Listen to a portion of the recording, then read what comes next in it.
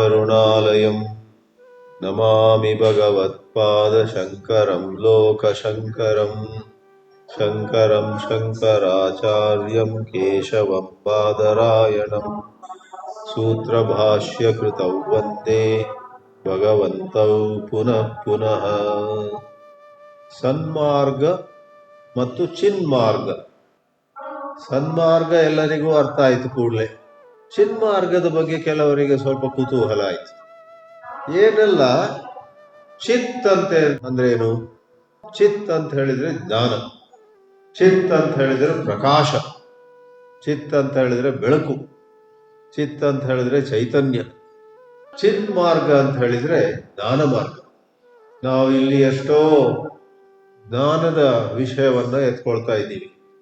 ವೇದಾಂತದಲ್ಲಿ ಮುಖ್ಯವಾಗಿ ಜ್ಞಾನವೇ ಬರುತ್ತೆ. ಪರಮಾರ್ಥ ಜ್ಞಾನ, ಬ್ರಹ್ಮಜ್ಞಾನ ಅಂತ ಹೇಳಿ, ಆತ್ಮಜ್ಞಾನ ಅಂತ ಹೇಳಿ, ಸ್ವರೂಪ ಜ್ಞಾನ ಅಂತ ಹೇಳಿ, ಇದೆಲ್ಲ ಸಾಮಾನ್ಯವಾದದ್ದಲ್ಲ. ಜನ್ಮ ಜನ್ಮಗಳಿಂದ ನಾವು ನಮ್ಮನ್ನ ಶರೀರ ಮನಸ್ಸು ಅಂತ ಭಾವಿಸಿ ಬಂದಿದ್ದೇವೆ. ಜನ್ಮ ಜನ್ಮಗಳಿಂದ ನಮ್ಮನ್ನು ನಾವು ಜೀವಾತ್ಮ, ನಮಗೆ ಇಂಥ ಇತಿಮಿತಿಗಳಿವೆ, ನಮಗೆ ಜನ್ಮ ಇದೆ ಮರಣ ಇದೆ ಎಂಬುದಾಗೆಲ್ಲ, ಮತ್ತು ಜನ್ಮ ಮತ್ತು ಮರಣಗಳ ಮಧ್ಯದಲ್ಲಿ ಎಷ್ಟೆಷ್ಟೋ ಬಯಕೆಗಳು ನಮಗೆ ಸತ್ಯವಾಗಿ ತೋರ್ತವೆ. ಇದು ಸಿಕ್ಕಿದ್ರೆ ಎಷ್ಟು ಚಂದ, ಇದು ಸಿಕ್ಕದಿದ್ರೆ ಎಷ್ಟು ದುಃಖ. ರಾಗ ದ್ವೇಷಗಳು, ಅಹಂಕಾರ ಮಮಕಾರಗಳು, ಇವೆಲ್ಲ ಇರತಕ್ಕಂತಹ ಒಂದು ಸ್ಥಿತಿ ಇದೆ, ಲೆವೆಲ್ ಆಫ್ ಕಾನ್ಷಿಯಸ್ನೆಸ್. ಅದನ್ನ ಬದಿಗೊತ್ತಿ ಉಪನಿಷತ್ತುಗಳಲ್ಲಿ ಇನ್ನೊಂದು ಸ್ಥಿತಿಯನ್ನು, ಎನದರ್ ಲೆವೆಲ್ ಆಫ್ ಕಾನ್ಷಿಯಸ್ನೆಸ್ ಅನ್ನು ಬೋಧಿಸಲಾಗ್ತದೆ. ಆ ಒಂದು ಸ್ಥಿತಿಯಲ್ಲಿ ನಾವು ಚಿತ್ ಮಾತ್ರ, ಸಂಧಿ ಮಾಡಿದಾಗ ಚಿನ್ ಮಾತ್ರ, ಚಿನ್ಮಯ, ಚಿನ್ಮೂರ್ತಿ. ಚಿತ್ ನಂತರ ಸ್ವರ ಅಥವಾ ಮೃದು ವ್ಯಂಜನ ಬಂದ್ರೆ ಅದು ದ ಆಗುತ್ತೆ. ಚಿದ್ಭವ, ಚಿದಾನಂದ, ಚಿದಾಕೃತಿ, ಅದು ಸಂಧಿ. ಮೂಲ ಶಬ್ದ ಚಿತ್, ಅದರ ಮುಂದೆ ನ ಅಥವಾ ಮ ಬಂದ್ರೆ ಚಿನ್ಮಯ, ಆಮೇಲೆ ಚಿನ್ನಾಪಿ ಇತ್ಯಾದಿ. ಇಲ್ವಾದ್ರೆ ದ.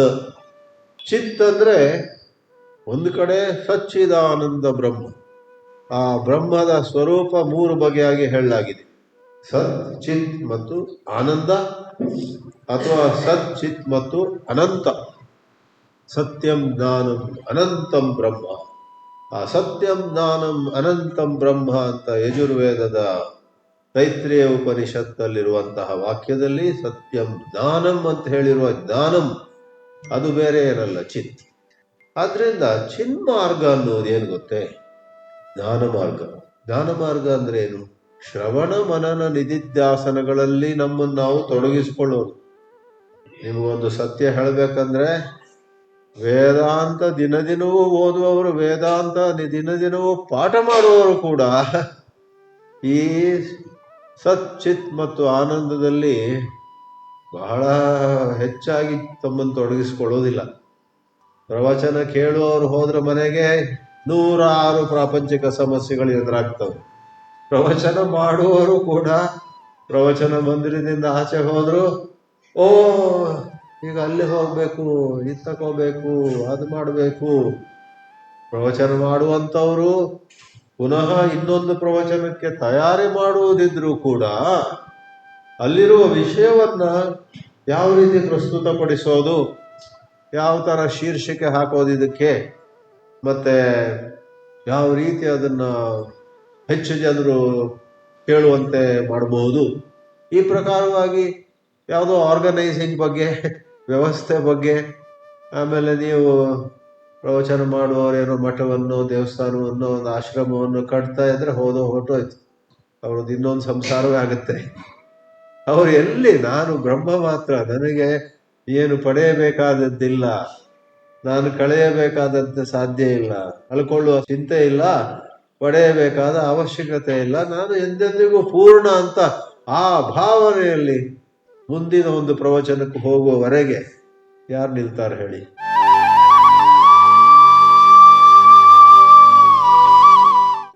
ಪ್ರವಚನ ಸಮಯದಲ್ಲಿ ಅದ್ಭುತವಾಗಿ ಬಲು ಎತ್ತರಕ್ಕೆ ಹೋಗುತ್ತಾ ಶ್ರೋತ್ರ ವೃಂದವನ್ನು ಕೂಡ ಒಂದು ರೀತಿಯಲ್ಲಿ ಎತ್ತರಕ್ಕೆ ಕೊಂಡೊಯ್ಯುವಂತಹ ಸಾಮರ್ಥ್ಯ ಇದ್ದವರು ಕೂಡ ಈ ಸತ್ಯವಾದ ಕಹಿ ಸತ್ಯ ಅಂತ ಹೇಳಿ, ಮಾಯೆ ಅನ್ನೋದು ಹೇಗಿರುತ್ತೆ ಅಂತ ಹೇಳಿದ್ರೆ, ಅಂತ ಒಳ್ಳೆ ಮೇಧಾವಿಗಳಿಗೂ ಒಳ್ಳೆ ವಿದ್ವಾಂಸರಿಗೂ ಕೂಡ ಒಳ್ಳೆ ಶಾಸ್ತ್ರಜ್ಞಾನ ಇದ್ದವರಿಗೂ ಕೂಡ ಪ್ರವಚನಗಳ ಮಧ್ಯದಲ್ಲಿ ಈ ವ್ಯಾವಹಾರಿಕ ಜಗತ್ತಿನ ಎಷ್ಟೋ ವಿಷಯಗಳಿಂದ ಮಾಯೆ ನಮ್ಮನ್ನ ಬಂಧಿಸಿಬಿಡುತ್ತೆ.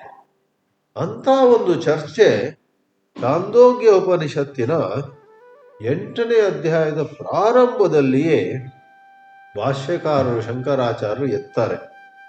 1-2 ವಾರಗಳ ಹಿಂದೆ ಹೀಗೆ ಸುಮ್ಮನೆ ಸ್ವಲ್ಪ ನೋಡೋಣ ಅಂತ ಸ್ವಾಂತ ಸುಖ ಅಂತೇವೆ. ಎಷ್ಟೋ ಬಾರಿ ನಮ್ಮಂಥವ್ರು ಗೀತೆ ಉಪನಿಷತ್ತೆಲ್ಲ ಓದುವುದು ಮರುದಿನ ಏನೋ ಒಂದು ಲೆಕ್ಚರ್ ಕೊಡಬೇಕಾಗಿರುತ್ತೆ, ಅದು ಒಂದು ಬಗೆ. ಇನ್ನೆಷ್ಟೋ ಬಾರಿ ನಾವು ಸ್ವಂತ ಸುಖ, ನಮ್ಮ ಆನಂದಕ್ಕೋಸ್ಕರ, ನಮಗೆ ಅದರಲ್ಲಿ ಬಹಳ ರುಚಿ ಇದ್ದೇ ಇದೆ, ಇಲ್ಲದಿದ್ರೆ ಈ ಮಾರ್ಗದಲ್ಲಿ ನಾವು ಬರೋದಿಲ್ಲ. ಆಗ 8ನೇ ಅಧ್ಯಾಯವನ್ನ ಪರಿಚಯಿಸುವಂತಹ ಒಂದು 4 ಮಾತುಗಳು ಶಂಕರರು ಹೇಳಿದ್ದು ನನಗೆ ಬಹಳ ಮನ ಮುಟ್ಟಿತು. ಅದರಲ್ಲಿಯೂ ವಿಶೇಷವಾಗಿ ಈ ಸನ್ಮಾರ್ಗ ಮತ್ತು ಚಿನ್ಮಾರ್ಗಕ್ಕೆ ಬರ್ತಾರವರು. ಚಿನ್ಮಾರ್ಗ ಶಬ್ದ ಉಪಯೋಗಿಸಿಲ್ಲ, ಅದು ನಾನು ಜೋಡಿಸಿದ್ದು. ಸನ್ಮಾರ್ಗದ ಬಗ್ಗೆ ಒಂದು ಮಾತು ಹೇಳ್ತಾರ ಅವರು. ಆ ಸನ್ಮಾರ್ಗದ ಬಗ್ಗೆ ಒಂದು ಮಾತು ಹೇಳುವ ಮೊದಲು ಅದೇ ಮಾತು ಒಟ್ಟು ವಾಕ್ಯ ಇದೆ. 4 ಪ್ಯಾರಾಗ್ರಾಫ್ಗಳಲ್ಲಿ ಶಂಕರರು ಆ ಪ್ಯಾರಾಗ್ರಾಫ್ ಅನ್ನ ಯದ್ಯಪಿ ಅಂತ ಒಂದು ಶಬ್ದದಿಂದ ಶುರು ಮಾಡ್ತಾರೆ. ಅದು ಓದಿದಾಗ ನಾನು ಒಂದು ರೀತಿ ಪುಳಕಿತನಾದೆ. ಲೆಕ್ಕ ಮಾಡಿದೆ ಎಷ್ಟು ಸಾರಿ ಯದ್ಯಪಿ ಹೇಳ್ತಿದ್ದಾರೆ. ಯದ್ಯಪಿ ಯದ್ಯಪಿ ಯದ್ಯಪಿ ಮತ್ತೆ ಯದ್ಯಪಿ 4 ಸಾರಿ. ಯದ್ಯಪಿ ಅಂದ್ರೆ ಏನು? ಯದಿ ಅಪಿ. ಯಾರೊಬ್ರು ನಿಮ್ಮ ಹತ್ರ ಬರ್ತಾರೆ, ನನ್ನ ಹತ್ರ ತುಂಬಾ ಹಣ ಇದೆ ಸ್ವಾಮಿ, ಆದ್ರೂ ನನಗೆ ಶಾಂತಿ ಇಲ್ಲ. ಅಲ್ಲಿ ನೀವು ಸಂಸ್ಕೃತದ ಹೇಳಬೇಕಾದ್ರೆ ಯದ್ಯಪಿ ಬರುತ್ತೆ. ಯದ್ಯಪಿ ಮಮ ಅಪಾರಂ ಧನಂ ಅಸ್ತಿ ಏವ ತಥಾಪಿ. ತಥಾಪಿ ಅಂದ್ರೆ ಆದ್ರೂ ಕೂಡ. ಯದ್ಯಪಿ ಅಪಾರಂ ಧನಂ ಮಮ ಅಸ್ತಿ ತಥಾಪಿ ಮಮ ಮನಃಶಾಂತಿ ನ ಅಸ್ತಿ ಅಂತ. ಯದ್ಯಪಿ ಅಂದ್ರೆ ಹೀಗಿದ್ದರೂ ಕೂಡ, ತಥಾಪಿ ಅಂದ್ರೆ ಆಗ್ಲೂ ಕೂಡ. ಈ ಒಂದೋ ಇಂಗ್ಲಿಷ್ನಲ್ಲಿ ಅಂಡ್ ಯೆಟ್ ಸೇರಿಸಿ ವಾಕ್ಯ ಮಾಡಬಹುದು. ಈ ಒಂದೋ ಲುಕ್ ಎಟ್ ದಟ್ ಗರ್ಲ್, ಈ ಒಂದೋ ಶಿ ಈಸ್ ಸೋ ಪ್ರೆಟಿ ಅಂತ ಇಂಗ್ಲಿಷ್ನಲ್ಲಿ. ಯದ್ಯಪಿ ಸಾ ಅತೀವ ಸುಂದರಿ ಅಸ್ತಿ ತತ್ರ ಸಂಶಯ ನ ಅಸ್ತಿ ತಥಾಪಿ ತಸ್ಯಾಹ ಬುದ್ಧಿ ನಾಸ್ತಿ. ಅವಳಿಗೆ ಬುದ್ಧಿ ಹೆಚ್ಚಿಲ್ಲ, ಸ್ವಲ್ಪ ಡಲ್ ಇದ್ದಾಳು ಅವಳು. ಅಲ್ಲೂ ಅದು ಉಪಯೋಗಿಸ್ಬೋದು. ಯದ್ಯಪಿ ಮತ್ತೆ ತಥಾಪಿ ಅರ್ಥವಾಯ್ತಲ್ವಾ? ಅಷ್ಟು ಸುಂದರವಾಗಿ ನೋಡ್ಲಿಕ್ಕಿದ್ರು ಕೂಡ ಅವ್ರಿಗೆ ಅಷ್ಟೊಂದು ಬುದ್ಧಿ ಮತ್ತೆ ಇಲ್ಲ. ಇನ್ನೊಬ್ಳು ತಕ್ಕಮಟ್ಟಿಗೆ ಸಾಧಾರಣ ಇದ್ದಾಳೆ, ಆದರೆ ಎಲ್ಲ ವಿಷಯಗಳಲ್ಲೂ ಕೂಡ ಚೆನ್ನಾಗಿ ಬುದ್ಧಿ ಇದೆ ಅಂತ ಹಾಗೆ ಹೇಳ್ತೀವಲ್ಲ. ಆ ಯದ್ಯಪಿ ಮತ್ತು ತಥಾಪಿಯನ್ನು ಉಪಯೋಗಿಸಿ ನೋಡಿ, ತಡ ಮಾಡದೆ ಹೇಳ್ತಾರೆ.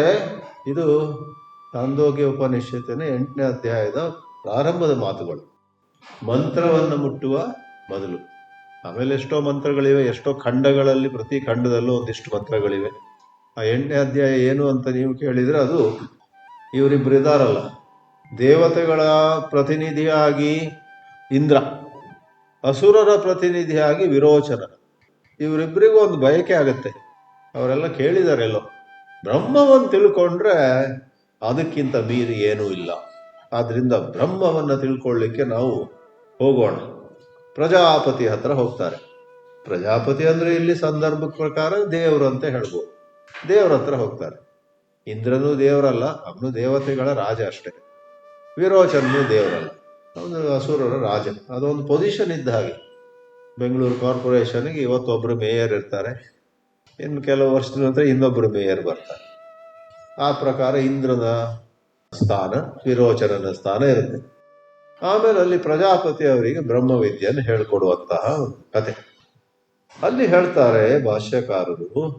ಯದ್ಯಪಿ ದಿಗ್ದೇಶ ಕಾಲಾದಿ ಭೇದ ಶೂನ್ಯಂ ಬ್ರಹ್ಮ. ಬ್ರಹ್ಮವು ದಿಕ್ಕು ಅಂದ್ರೆ ಸ್ಪೇಸ್, ಆಕಾಶ, ದಿಗ್ದೇಶ, ಕಾಲ, ಸಮಯ. ನಮ್ಮ ಫಿಸಿಕ್ಸ್ ಅಲ್ಲಿ ಈಗ ಮಾತಾಡೋದಿಲ್ವೇ, ಸ್ಪೇಸ್ ಅಂಡ್ ಟೈಮ್. ಬ್ರಹ್ಮವು ಸ್ಪೇಸ್ ಮತ್ತೆ ಟೈಮ್ ಅನ್ನ ಮೀರಿರುವಂತಹದ್ದು. ಭೇದ ಶೂನ್ಯಂ, ಎಷ್ಟೋ ಉಪನಿಷತ್ತುಗಳದ್ದು ಹೇಳಲಾಗಿದೆ. ಸತ್ ಏಕಮೇವ ಅದ್ವಿತೀಯಂ ಆತ್ಮ ಏವ ಇದಂ ಸರ್ವಂ ಅಂತ ಕೆಲವು ಕೊಟೇಶನ್ಸ್ ಎಲ್ಲ ಕೊಡ್ತಾರೆ, ಅಲ್ಲಿ ಇಲ್ಲಿ ಎಲ್ಲ ಹೇಳಿದ್ದಾರೆ.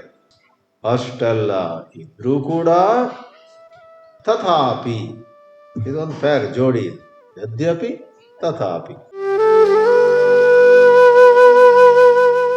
ಬ್ರಹ್ಮವು ಎಷ್ಟೋ ಕಡೆಯಲ್ಲಿ ದೇಶಕಾಲವನ್ನ ಮೀರಿರುವುದಂತ ಹೇಳಿದ್ರು ಕೂಡ ತಥಾಪಿ ಮಂದ ಬುದ್ಧಿನ, ಬಹುಮಂದಿಗೆ ಲೋಕದಲ್ಲಿ 10,000ದಲ್ಲಿ 9,999 ಅಂತ ಹೇಳಿ ಅದಕ್ಕೂ ಸಾಲದೇನು, 10 ಲಕ್ಷದಲ್ಲಿ 9,99,999 ಹೇಳಿದ್ರೆ ಸರಿಯಾದೀತೇನು. ಎಷ್ಟೋ ಲಕ್ಷಗಳಲ್ಲಿ ಒಬ್ಬರಿಗೆ ವಿವೇಕ ವೈರಾಗ್ಯ ಎರಡೂ ಇರುತ್ತೆ. ಕೆಲವರಿಗೆಲ್ಲ ವೈರಾಗ್ಯ ಇದೆ, ಅವರು ಹೆಚ್ಚು ಸುಖವನ್ನು ಬಯಸುವುದಿಲ್ಲ, ಬರೀ ನೆಲದ ಮೇಲೆ ಮಲಗ್ತಾರೆ, ತಣ್ಣೀರಲ್ಲಿ ಸ್ನಾನ ಮಾಡ್ತಾರೆ, ಇಷ್ಟೇ ಊಟ ಮಾಡ್ತಾರೆ, ಹೆಣ್ಣು ಹೊನ್ನು ಮಣ್ಣು ಬಗ್ಗೆ ಯಾವ ಆಸಕ್ತಿ ಇರೋದಿಲ್ಲ. ಆದರೂ ಕೂಡ ಲೋಕದಲ್ಲಿ ನಾವು ನೋಡ್ತೇವೆ, ನಾನು ಆಶ್ರಮದಲ್ಲಿ ಕೆಲವರು ಅಂಥವ್ರು ನೋಡಿದ್ದೇನೆ, ಬಹಳ ವೈರಾಗ್ಯ. ಅವರು ವೈರಾಗ್ಯ ನೋಡಿ ನಮಗೆ ಅಯ್ಯೋ ಇದ್ರ ಸ್ವಲ್ಪ ವೈರಾಗ್ಯ ನಮಗಿದ್ದಿದ್ರೆ ಅಂತ, ನಮಗೆಲ್ಲ ಸ್ವಲ್ಪ ಅನುಕೂಲತೆಗಳು ಬೇಕಾಗುತ್ತೆ. ಆದರೆ ಆಮೇಲೆ ಕ್ಲಾಸ್ನಲ್ಲಿ ಗುರುಗಳೇನು ಹೇಳಿದಾಗ ಅವರಿಗೆ ಅರ್ಥವೇ ಆಗೋದಿಲ್ಲ. ಇನ್ನು ಕೆಲವರಿಗೆ ಬಹಳ ಒಳ್ಳೆ ಬುದ್ಧಿ ಇರುತ್ತೆ, ಶಾಸ್ತ್ರಜ್ಞಾನ ಪಡೀತಾರೆ, ಆದರೆ ಕೆಲವು ವಾಸನೆಗಳಿರ್ತವೆ, ಏನ್ ಮಾಡೋದು. ಸೊ ಇಲ್ಲಿ ಹೇಳ್ತಾರೆ ತಥಾಪಿ ಮಂದ ಬುದ್ಧಿನ, ವಿವೇಕ ಇಲ್ಲದವರು, ಆ ಅಧ್ಯಾತ್ಮದಲ್ಲಿ ಬೇಕಾಗುವಂತಹ ವಿವೇಕ ಅಸಾಧಾರಣವಾದದ್ದು, ನಿಮಗೆಲ್ಲ ಗೊತ್ತೇ ಇದೆ. ಮಂದ ಬುದ್ಧಿನ ದಿಗ್ದೇಶಾದಿ ಭೇದವತ್ ವಸ್ತು ಇತಿ ಏವಂ ಭಾವಿತ ಬುದ್ಧಿ. ಅವರ ಅದೆಷ್ಟೇ ವೇದಾಂತ ಕೇಳಿರ್ಲಿ, ಅಥವಾ ಇನ್ನೊಮ್ಮೆ ಕೊನೆಯದಾಗಿ ಹೇಳುದಿದ್ರೆ ಕೊನೆ ಬಾರಿಗೆ ಪ್ರವಚನ ಮಾಡೋರು ಅಷ್ಟೆ, ಎಷ್ಟೋ ಬಾರಿ 100,000 ಜನರಿಗೆ ದೇಶ ಕಾಲವನ್ನು ಮೀರಿರುವಂತಹ ಬ್ರಹ್ಮದ ಬಗ್ಗೆ ವಿದ್ವಾಂಸರು ಹೇಳಿರ್ಬೋದು. ಆದ್ರೆ ಅವರಿಗೂ ಕೂಡ ಏನ್ ಮಾಡೋದು, ದೇಶ ಕಾಲಗಳ ಬಗ್ಗೆ ಇರತಕ್ಕಂತಹ ಒಂದು ಬುದ್ಧಿ ಹೋಗೋದಿಲ್ಲ. ನ ಶಕ್ಯತೆ ಸಹಸ ಪರಮಾರ್ಥ ವಿಷಯ ಕರ್ತು ಇತಿ. ತಮ್ಮ ಬುದ್ಧಿಯನ್ನ ಆ ಪ್ರಕಾರವಾದ ಪರಮಾರ್ಥಕ್ಕೆ ಅನುಗುಣವಾಗಿ ಪರಿವರ್ತಿಸಲು ಸಾಧ್ಯ ಆಗುವುದಿಲ್ಲ. ಸುತ್ತಿ ಬಳಸಿ ಮತ್ತೆ ಪುನಃ ದೇಶಕಾಲದಲ್ಲಿ ವಿಂಗಡವಾಗಿರುವಂತಹದ್ದು, ಅದ್ರ ಮೇಲೆ ಲಕ್ಷ್ಯ ಹೋಗುತ್ತೆ, ಅದರ ಮೇಲೆ ಗಮನ ಹೋಗುತ್ತೆ. ಅದನ್ನು ಹೇಳಿಬಿಟ್ಟು ಆದ್ರಿಂದ ಈ 8ನೇ ಅಧ್ಯಾಯದಲ್ಲಿ ಒಂದು ಮಾತು ಬರುತ್ತೆ ಅಂತ ಹೇಳ್ತಾರೆ. ಇದು ಮಂತ್ರಗಳಿಗೆ ಪ್ರವೇಶ ಮಾಡುವ ಪೂರ್ವಭಾವಿಯಾಗಿ, that is what introduction is meant to be. You introduce a subject before you get into the nitty-gritties. ಮೊದಲೇ ಹೇಳ್ತಾರೆ ಶಂಕರರು, ದಿಗ್ದೇಶವನ್ನು ಮೀರಿರುವ ವಸ್ತು ಬ್ರಹ್ಮವಾದರೂ ಕೂಡ ಯಾರ ಬುದ್ಧಿ ಅಷ್ಟೊಂದು ತೀಕ್ಷ್ಣ ಇಲ್ವೋ, ಬೇರೆ ಬೇರೆ ಪೂರ್ವ ವಾಸನೆಗಳಿರೋದ್ರಿಂದ, ಮುಖ್ಯವಾಗಿ ಜನ್ಮ ಜನ್ಮಾಂತರಗಳಿಂದ ಏನೇನೋ ವಾಸನೆ ಇರುತ್ತೆ, ಅವರಿಗೆ ಬ್ರಹ್ಮ ಏನು ಗೊತ್ತೇ ಹೇಳ್ತಾರೆ. ಇದು ಎಲ್ಲ ಮಂತ್ರದಿಂದ ತಗೊಂಡಿರೋದು, ಮುಂದೆ ಬರಬೇಕಾದ ಮಂತ್ರದಿಂದ. ಹೃದಯ ಪುಂಡರೀಕ ದೇಶ ಉಪದೇಷ್ಟವ್ಯ. ಅವರಿಗೆ ಬ್ರಹ್ಮ ಏನ್ ಗೊತ್ತೇ, ನಿಮ್ಮ ಹೃದಯವೆನ್ನುವ ಕಮಲದಲ್ಲಿ ಇರುವಂತಹ ಒಂದು ದಿವ್ಯವಾದ ವಸ್ತು. ನೀವು ನಿಮ್ಮೊಳಗೆ ನೀವು ನೋಡ್ಕೊಳ್ಳಿ, ಒಂದು ಕಡೆ ಕೂತ್ಕೊಂಡು ನಿಮ್ಮ ಒಳಗೇನೆ ಹೃದಯದಲ್ಲೇ ಒಂದು ಕಮಲವನ್ನ ಊಹಿಸಿ, ಮನಸ್ಸಿನಲ್ಲಿ ಕಲ್ಪಿಸಿ, ಆ ಹೃದಯವೆನ್ನುವ ಕಮಲದಲ್ಲಿ ಒಂದು ಪ್ರಕಾಶಮಾನವಾದ ವಸ್ತುವನ್ನಾಗಿ ಬ್ರಹ್ಮವನ್ನು ಚಿಂತಿಸಿ ಅಂತ ಉಪನಿಷತ್ತೇ ಹೇಳುತ್ತೆ. ನೀವು ಹೇಳ್ಬೋದು ಅದೇ ಉಪನಿಷತ್ ಅಲ್ಲೊಂದ್ ಕಡೆ ದೇಶ ಕಾಲ ಮೀರಿರುವುದಂತ ಹೇಳಿದ್ಮೇಲೆ ಆಮೇಲೆ ಇಂಥ ದೇಶ, ಹೃದಯ ಕಮಲ ಅಂದ್ರೆ ದೇಶ ಆಯ್ತಲ್ಲ, ದೇಶ ಅಂದ್ರೆ ಜಾಗ. ಎಲ್ಲಿದೆ ಆ ಬ್ರಹ್ಮ? ಅದು ನಿಮ್ಮ ಎದೆ ಒಳಗಿದೆ ಅಂತ. ಇನ್ನೊಂದ್ ಕಡೆ ಎಲ್ಲಿದೆ ಅಂತ ಪ್ರಶ್ನೆ ಅದಕ್ಕೆ ಅನ್ವಯಿಸುವುದಿಲ್ಲ. ಬ್ರಹ್ಮವು ಎಲ್ಲೆಲ್ಲಿಯೂ ಇದೆ, ಬ್ರಹ್ಮವು ಎಲ್ಲಿದೆ ಅಂತ ಪ್ರಶ್ನೆಯೇ ತಪ್ಪು. ಬ್ರಹ್ಮದಲ್ಲಿ ದೇಶ ಇದೆ, ಬ್ರಹ್ಮವು ಎಂದಿದೆ, ಯಾವಾಗಿದೆ. ಬ್ರಹ್ಮ ನಮಗೆ ಬ್ರಹ್ಮ ದರ್ಶನ ಇಂಟರ್ನ್ಯಾಷನಲ್ ಮೆಡಿಟೇಷನ್ ಡೇ ದಿನ ಸಿಗುತ್ತಾ, ಅಥವಾ ನಮ್ಮ ಮೋದಿಯವರು ಇಂಟರ್ನ್ಯಾಷನಲ್ ಯೋಗ ಡೇ ಮಾಡಿದ್ರು, ಅದು ಯಾವಾಗ? ಜನವರಿ ಒಂದು ಯಾವುದೋ 21 ದಿನ ಬರುತ್ತೆ, June 20. ಬಹುಶಃ ಆ ದಿವಸ ನಮಗೆ ಬ್ರಹ್ಮ ದರ್ಶನವಾಗತ್ತೆ ಅಂತ. ಸ್ವಾಮಿ ಏನ್ ಮಾತಾಡ್ತೀರ? ಬ್ರಹ್ಮವು ಸಮಯದ ಯಾವುದೋ ಒಂದು ಕಡೆ ಇಲ್ಲ, ಸಮಯದ ಅಕ್ಷದ ಮೇಲೆ, on the axis of time ಎಲ್ಲೋ ಇರುವುದಲ್ಲ. ಆನ್ ದಿ ಕಾಂಟ್ರರಿ, ಬ್ರಹ್ಮದಲ್ಲಿ ಸಮಯ ಕಂಡು ಬರುತ್ತೆ, ಹೊರಟೋಗುತ್ತೆ. ಅದು ಕೇಳಲಿಕ್ಕೆ ಸಂತೋಷವಾಗುತ್ತೆ. ಅದರ ಸುತ್ತಿ ಬಳಸಿ ನಾನೀಗ ಬ್ರಹ್ಮದ ಆಲೋಚನೆ ಮಾಡ್ತೀನಿ. ಅದು ಅದೇ ಪುಂಡರೀಕ. ಪುಂಡರೀಕ ಅಂದ್ರೆ ಕಮಲ. ಅದು ಮಂದ ಬುದ್ಧಿ. ಹೆಚ್ಚಿನ ಜನರೆಲ್ಲ ಮಂದ ಬುದ್ಧಿಯವರೇ. ಏನ್ ಮಾಡೋದು? ಏನು ಮಾಡೋಕ್ಕಾಗಲ್ಲ. ಅದಕ್ಕೆ ಬರುತ್ತೆ ಸನ್ಮಾರ್ಗದ ವಿಷಯ ಹಾಗೆ ಬರೋದು. ಎರಡನೇ ಯದ್ಯಪಿ ಸತ್, ಈ ಸದ್ವಸ್ತು ಸಮ್ಯಕ್ ಪ್ರತ್ಯಯೈಕ ವಿಷಯಂ ನಿರ್ಗುಣಂಚ ಆತ್ಮತತ್ವಂ. ಎಷ್ಟೋ ಕಡೆಯಲ್ಲಿ ವೇದಾಂತದಲ್ಲಿ ಬ್ರಹ್ಮವು ಗುಣರಹಿತ. ಶ್ರೀಕೃಷ್ಣನು ಗೀತೆಯಲ್ಲಿ ನಿರ್ಗುಣಂ ಗುಣಭೋಕ್ತೃಚ ಅಂತ 13ನೇ ಅಧ್ಯಾಯದಲ್ಲಿ ಹೇಳ್ತಾನೆ. ನಿರ್ಗುಣಂ ಗುಣಭೋಕ್ತೃಚ. ಮಧ್ವಾಚಾರ್ಯರು ಆ ನಿರ್ಗುಣ ಅನ್ನುವತ್ತು ಒಪ್ಪೋದಿಲ್ಲ. ರಾಮಾನುಜಾಚಾರ್ಯರು ನಾನು ಓದಿಲ್ಲ, ಅವರು ಯಾವುದೋ ರೀತಿ ಹೇಳ್ತಿರ್ಬೋದು. ಮಧ್ವಾಚಾರ್ಯರು ಹೇಳ್ತಾರೆ ಅಲ್ಲಿ ನಿರ್ಗುಣ ಅಂದ್ರೆ ಗುಣ ಇಲ್ಲದಿದ್ದದಲ್ಲ. ನಿರ್ಗುಣ ಅಂದ್ರೆ ಆ ನಾರಾಯಣನಲ್ಲಿ ಒಂದೇ ಒಂದು ಕೆಟ್ಟ ಗುಣ ಇಲ್ಲ ಅಂತ ಅರ್ಥ, ಇತ್ಯರ್ಥ. ಇದು ಸಣ್ಣ ಸಣ್ಣ ಈ 3 ಮತಗಳಲ್ಲಿ ಭೇದಗಳು ಇರ್ತವೆ. ಅದ್ರ ಬಗ್ಗೆ ನಾವು ತಲೆ ಕೆಡಿಸ್ಕೊಳ್ಬೇಕಾಗಿಲ್ಲ. ನಾನು ಎಷ್ಟೋ ಬಾರಿ ಈ ಒಂದು ವೇದಿಕೆಯಿಂದ ಹೇಳಿದ್ದೇನೆ, 3 ಮತಗಳು ಅತಿ ಶ್ರೇಷ್ಠವಾದವು. ನಮಗೆ ಯಾವುದು ಹೆಚ್ಚು ಮನಸ್ಸನ್ನು ಮುಟ್ಟುತ್ತೋ ಅದನ್ನು ನಾವು ಸ್ವೀಕರಿಸ್ಕೊಂಡು ಮುಂದೆ ಹೋದ್ರೆ, ಈಗ ನಾವು ಯಾವ ಮಟ್ಟದಲ್ಲಿ ಇದ್ದೀವಲ್ಲ ಅದರಿಂದ ಊಹಿಸಲಾಗದಷ್ಟು ಎತ್ತರಕ್ಕೆ ಹೋಗ್ಲಿಕ್ಕೆ ಸಾಧ್ಯ ಇದೆ. ಶಂಕರರನ್ನ ನೀವು ಅನುಸರಿಸಿ, ರಾಮಾನುಜರನ್ನು ಅನುಸರಿಸಿ, ಅಥವಾ ಮಧ್ವರನ್ನು ಅನುಸರಿಸಿ, ನಂಬಲಾಗದಷ್ಟು ಎತ್ತರಕ್ಕೆ ಆಧ್ಯಾತ್ಮಿಕ ದೃಷ್ಟಿಯಿಂದ ನಮ್ಗೆ ಹೋಗ್ಲಿಕ್ಕೆ ಸಾಧ್ಯ ಇದೆ. ಆಮೇಲೆ ಆ ಕೊನೆಯಲ್ಲಿ ಅದು ಜೀವ ಬ್ರಹ್ಮ ಒಂದೇ ಅಥವಾ ಬೇರೆ, ಅದು ಯಾಕೆ ಚಿಂತೆ ನಿಮ್ಗೆ?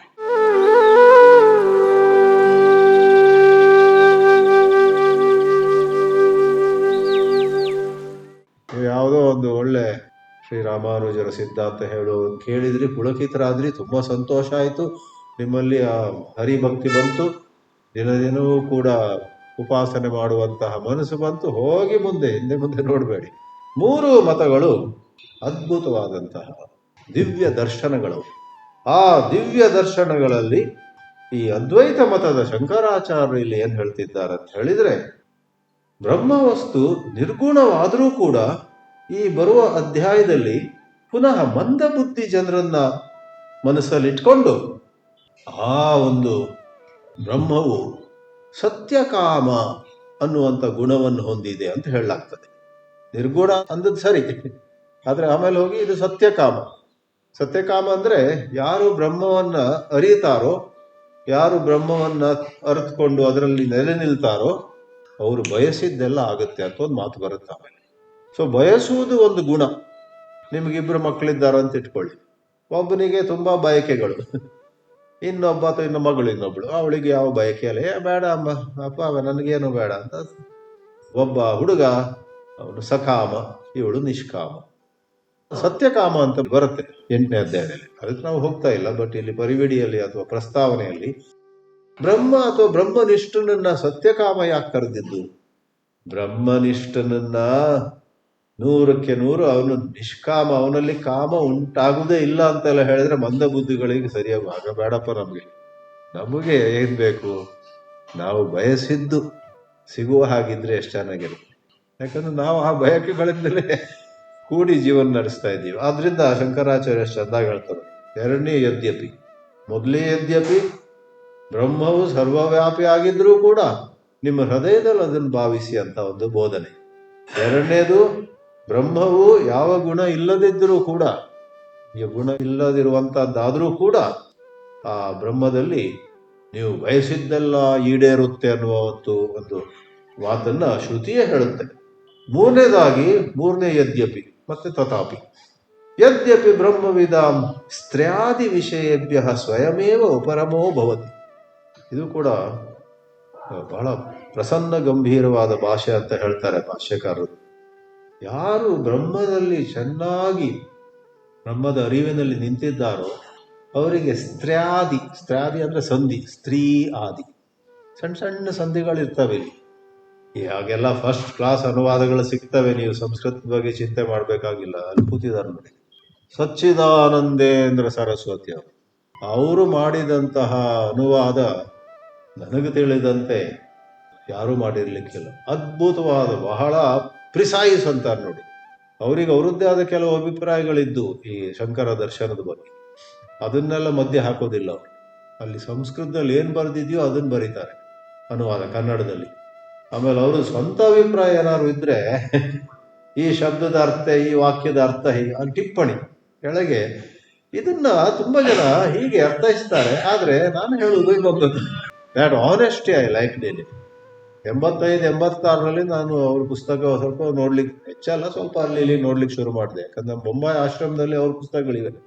ಚಿನ್ಮಯಾನಂದರ ಆಶ್ರಮದಲ್ಲಿ ಅಲ್ಲಿ ಕನ್ನಡಿಗರೇ ಯಾವಾಗಲೂ 10ರಲ್ಲಿ 1 ಅಷ್ಟೇ, 10ರಲ್ಲಿ 9 ಬೇರೆಯವರು ಇರ್ತಿದ್ರು, ಫಾರಿನರ್ಸು ಇರ್ತಿದ್ರು. ಕನ್ನಡಿಗರಿರೋದು 10ರಲ್ಲಿ 1.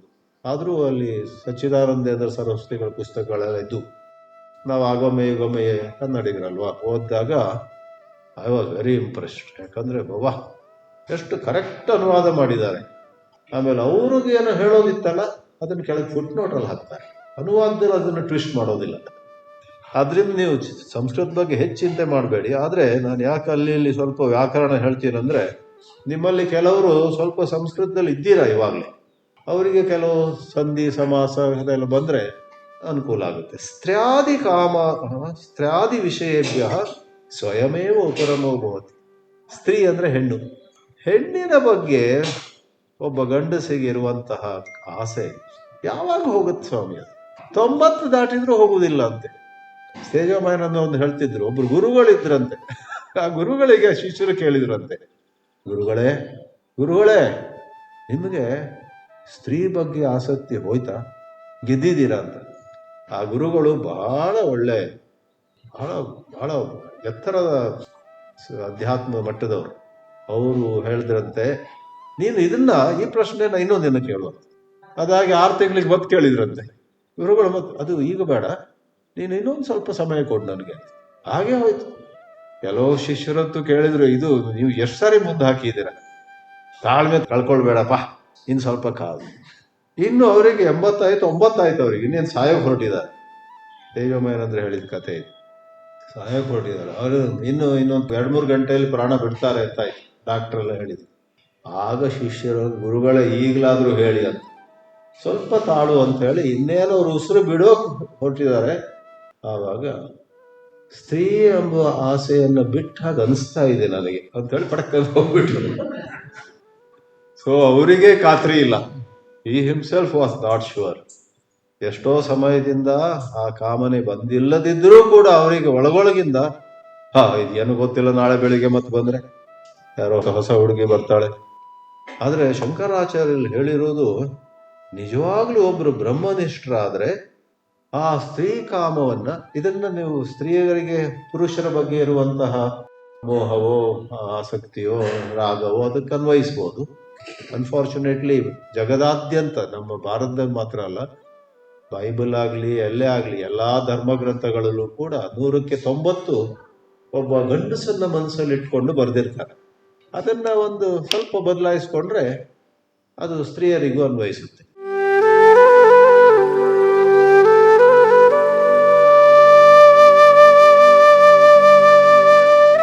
ಮಂಕೋತೆ ಮನಕಗದಲ್ಲಿ ಅನ್ನದಾತುರಕ್ಕಿಂತ ಚಿನ್ನದಾತುರ ತೀಕ್ಷ್ಣ, ಅಲ್ಲಿ ಹೆಣ್ಣಿನ ಆಸೆ ಅಂತ ಬರೆದಿಲ್ಲ. ಅದೇನದು, ಅನ್ನದಾತುರಕ್ಕಿಂತ ಚಿನ್ನದಾತುರ ತೀಕ್ಷ್ಣ, ಚಿನ್ನದಾತುರಕ್ಕಿಂತ ಹೆಣ್ಣು ಗಂಡೊಲವು. ಹೆಣ್ಣು ಗಂಡೊಲವು ಅಂದ್ರೆ ಹೆಣ್ಣಿಗೆ ಗಂಡಿನ ಕಡೆ, ಗಂಡಿಗೆ ಹೆಣ್ಣಿನ ಕಡೆ, ಅಲ್ಲಿ ಯಾವ ತೊಂದರೆ ಇಲ್ಲ. ಬಟ್ ಎಷ್ಟೋ ಶಾಸ್ತ್ರಗಳಲ್ಲಿ ಅನ್ನದಾತುರಕ್ಕಿಂತ ಚಿನ್ನದಾತುರ ತೀಕ್ಷ್ಣ, ಇನ್ನೊಬ್ಬರು ಬರೆಯೋದಿದ್ರೆ ಚಿನ್ನದ ಬಗ್ಗೆ ಆಸೆಗಿಂತ ಹೆಣ್ಣಿನ ಬಗ್ಗೆ ಆಸೆ ಹೆಚ್ಚಿರುತ್ತೆ. ಯಾಕಂದ್ರೆ ಅವ್ರು ಗಂಡಸನ್ನ ಮನಸ್ಸಲ್ಲಿ ಇಟ್ಕೊಂಡು ಬರೆದಿರ್ತಾರೆ. ಅದು ಪ್ರಕೃತಿಯಲ್ಲಿ ಈ ಒಂದು ರಚನೆಯಲ್ಲಿ ಗಂಡು ಹೆಣ್ಣರ ಒಲವು ಅಂತ ಬರೆದಿದ್ದಾರೆ. ಮನ್ನಣೆಯ ದಾಹವಿ ಎಲ್ಲಕಂ ತೀಕ್ಷ್ಣತಮ, ತಿನ್ನುವುದು ಆತ್ಮವನಿ ಮಂಕುತಿಮ್ಮ ಅಂತ ಬಹಳ ಪ್ರಸಿದ್ಧವಾದ ಒಂದು ಮುಕ್ತಕ ಇದೆ ಅಲ್ಲಿ. ಈ ವಾಕ್ಯ ನೋಡಿ, ಬ್ರಹ್ಮವಿತ್, ಬ್ರಹ್ಮವನ್ನ ನಿಜವಾಗಿ ಚೆನ್ನಾಗಿ ಬರೀ ಪ್ರವಚನಕ್ಕಲ್ಲ, ಲೇಖನ ಬರೀಲಿಕ್ಕಲ್ಲ, ಆದ್ರೆ ಅವರದ್ದು 24 ಗಂಟೆ ಮುಂದಿನ 6 ತಿಂಗಳು ಯಾವ ಲೆಕ್ಚರ್ ಕೊಡಬೇಕಾಗಿಲ್ಲ, ಯಾವ ಲೇಖನ ಬರಿಬೇಕಾಗಿಲ್ಲ, ಯಾರಿಗೆ ಏನು ಹೇಳಬೇಕಾಗಿಲ್ಲ, ನಿಮ್ಮಷ್ಟು ನೀವೆಲ್ಲೋ ಇದ್ದೀರಾ. ಆಗಲೂ ಕೂಡ ಬ್ರಹ್ಮದಲ್ಲಿ ಮನಸ್ಸಿಟ್ಟು ಬ್ರಹ್ಮದಲ್ಲಿ ನಿಷ್ಠೆ ಅಂತೇವೆ ಅಂಥವ್ರ ಬಗ್ಗೆ ಹೇಳ್ತಿದ್ದಾರೆ. ಬ್ರಹ್ಮವಿದ ಆ ಸ್ತ್ರೀ ಬಗ್ಗೆ ಇರುವ ಆಸಕ್ತಿ ಹೇಗೆ ಹೋಗ್ಲಾಡಿಸೋದು ಪ್ರಶ್ನೆ ಬರೋದಿಲ್ಲ. ಹೇಳ್ತಾರೆ, ಸ್ತ್ರೀಯಾದಿ ವಿಷಯೇಭ್ಯ ಸ್ವಯಮೇವ ಉಪರಮೋಭವತಿ. ಅವರಲ್ಲಿ ಬ್ರಹ್ಮನಿಷ್ಠೆ ಇದ್ರೆ ಆ ಒಂದು ಬಯಕೆ ಬರೋದೇ ಇಲ್ಲ.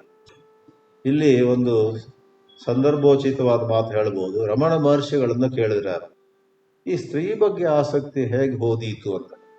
ಅವರು ಉತ್ತರ ಬಹಳ ಎತ್ತರದ ಉತ್ತರ.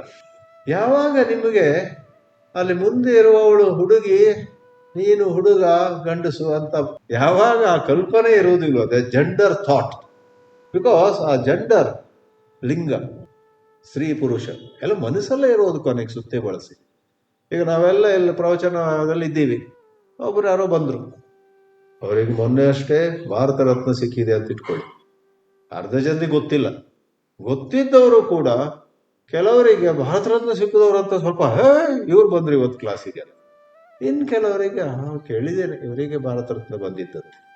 ಮತ್ತು ಕೆಲವರಿಗೆ ಜಸ್ಟ್ ಇದು ಗೊತ್ತಿದೆ ಭಾರತ ರತ್ನ ಅಂತ, ಯಾವ ಆಲೋಚನೆ ಬರೋದಿಲ್ಲ, ಯಾರು ಬೇಕಾದ್ರೂ ಬರಲಿ. ನೋಡಿ, ನಮ್ಮ ಮನಸ್ಸಲ್ಲಿ ಅದು ಚಿನ್ನ ಆಗಲಿ, ಹೆಣ್ಣಾಗ್ಲಿ, ಗಂಡಾಗ್ಲಿ, ಭಾರತ ರತ್ನ ಪ್ರಶಸ್ತಿ ಆಗಲಿ, ಗ್ರಾಮಿ ಅವಾರ್ಡ್ ಆಗಲಿ, ಇದೆಯಲ್ಲ ಪ್ರಪಂಚದಲ್ಲಿ ಏನೆಲ್ಲ ಇದೆ, ಅದು ಸ್ವತಃ ನಮ್ಮನ್ನ ವಿಚಲಿತ ಮಾಡುವುದಿಲ್ಲ. ಅದೆಲ್ಲ ನಮ್ಮ ಮನಸ್ಸೊಳಗಿರುವಂತಹ ಕೆಲವು ಸಂಸ್ಕಾರಗಳು, ಕೆಲವು ವಾಸನೆಗಳು. ಆ ಪ್ರಕಾರ ಹೇಳ್ತಾರೆ, ಬ್ರಹ್ಮವಿದಾಂ ಸ್ವಯಮೇವ ಸ್ತ್ರೀ ಆದಿ ವಿಷಯ ತೃಷ್ಣ ನ ಭವತಿ ಏವ. ಆದ್ರೆ ನಾವೀಗ ವೇದಾಂತವನ್ನು ಹೇಳಲಿಕ್ಕೆ ಹೊರಟದ್ದು ಬ್ರಹ್ಮವಿದರಿಗಲ್ಲ. ಪುನಃ ಮಂದಬುದ್ಧಿಗಳ ಕಥೆ ಏನು? ಶಾಸ್ತ್ರ ಓದಿರ್ಲಿ ಓದಿಲ್ಲದಿರ್ಲಿ, ಒಳಗೆ ವಿವೇಕ ವೈರಾಗ್ಯಗಳು ಅಷ್ಟೊಂದು ಜಾಗೃತವಾಗಿಲ್ಲ ಅಂತ ಇಟ್ಕೊಳ್ಳಿ, ಅಂತ ಕೇಸುಗಳೇ ಹೆಚ್ಚಲ್ವೇ. ಅವ್ರ ಬಗ್ಗೆ ಹೇಳ್ತಾರೆ, ತಥಾಪಿ ಇದು ಚೆನ್ನಾಗಿದೆ, ಅನೇಕ ಜನ್ಮ ವಿಷಯ ಸೇವಾ ಅಭ್ಯಾಸ ಜನಿತ ವಿಷಯ ತೃಷ್ಣ. ಹೇಳ್ದಲ್ಲ, 10 ಲಕ್ಷದಲ್ಲಿ 9,99,999 ಜನರಲ್ಲಿ ಅವರು ವೇದಾಂತದಲ್ಲಿ ಡಬಲ್ PhD ಮಾರಿರ್ಲಿ, ದೊಡ್ಡ ಆಶ್ರಮ ನಡೆಸ್ತಿ ಎಷ್ಟು ಸಾವಿರಾರು ಜನರು ಕಾಲಿಗೆ ಬೀಳ್ತಾ ಇದ್ದಾರೆ ದಿನ ಇರಲಿ, ಆದರೂ ಕೂಡ ಶಂಕರಾಚಾರ್ಯ ಹೇಳೋ ಮಾತು ಚೆನ್ನಾಗಿದೆ.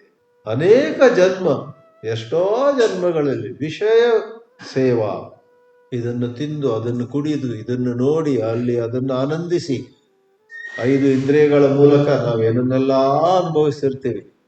ಆ ಇಂದ್ರಿಯಗಳ ಮೂಲಕ ಅನುಭವಿಸೋದು ಒಂದಷ್ಟೇ, ಒಂದು ವಿಷಯ. ಆ ಸಮಯದಲ್ಲಿ ನಮ್ಮ ಮನಸ್ಸು ಎಷ್ಟು ಚೆನ್ನಾಗಿದೆ, ಇನ್ನೊಂದ್ಸರಿ ತಗೋಬೇಕು, ಇಲ್ಲೇ ಬರ್ತೀನಿ ಮುಂದೆ ನಾಳೆ ಕೂಡ. ಇಲ್ಲಿ ಸಿಗುವಂತಹ ಸೆಟ್ ದೋಸೆ ಬೇರೆ ಎಲ್ಲೂ ಸಿಗೋದಿಲ್ಲ. ಇಲ್ಲಿರುವಂತಹ ಒಂದು ರುಚಿ, ಇಲ್ಲಿರುವಂತಹ ಸಂಗೀತ ಏನು ಅಲ್ವಾ? ಆ ಮನಸ್ಸಿನಲ್ಲಿ ಆ ಪ್ರಕಾರವಾಗಿ ವಿಚಾರಗಳು ಬಂದಾಗ ವಾಸನೆ ಮತ್ತಷ್ಟು ಬಲಗೊಳ್ಳುತ್ತೆ. ಅದನ್ನು ಇವರು ಹೇಳ್ತಾ ಇದ್ದಾರೆ. ಅನೇಕ ಜನ್ಮ ವಿಷಯ ಸೇವಾ ಅಭ್ಯಾಸ ಜನಿತ ತೃಷ್ಣ. ಆ ತೃಷ್ಣೆ, ಆ ಬಯಕೆ, ಆ ಬಾಯಾರಿಕೆ. ತೃಷ್ಣ ಅಂತ ಹೇಳಿದ್ರೆ ಬಾಯಾರಿಕೆ, ದಾಹ. ಅದು ಒಂದು ಕೆಲವು ವೇದಾಂತ ಕ್ಲಾಸು, ಕೆಲವು ವರ್ಷ ವೇದಾಂತ ಕ್ಲಾಸ್ ಓದಿದ್ರು ಅಷ್ಟು ಸುಲಭವಾಗಿ ಹೋಗೋದಿಲ್ಲ. ಅದಕ್ಕೆ ದೇವರ ಅನುಗ್ರಹ ಬೇಕು, ಗುರುವಿನ ಅನುಗ್ರಹ ಬೇಕು. ಹೇಳ್ತಾರಲ್ಲ, ಆತ್ಮದ ಅನುಗ್ರಹ ಬೇಕು. ಆತ್ಮಕೃಪಾ ಅಂತ ಒಂದಿದೆ. ಆತ್ಮಕೃಪಾ ಅಂದ್ರೆ ನಾವೇ ನಮ್ಮನ್ನು ಕೆಲವೊಮ್ಮೆ ಕೆಳಗೆ ಹಾಕೊಳ್ತೀವಿ, ನಾವೇ ನಮ್ಮನ್ನ ಉದ್ಧಾರ ಮಾಡ್ಕೋಬೇಕು. ಕೆಲವೊಮ್ಮೆ ಉದ್ಧರೇದ್ ಆತ್ಮನ ಆತ್ಮಾನಂ.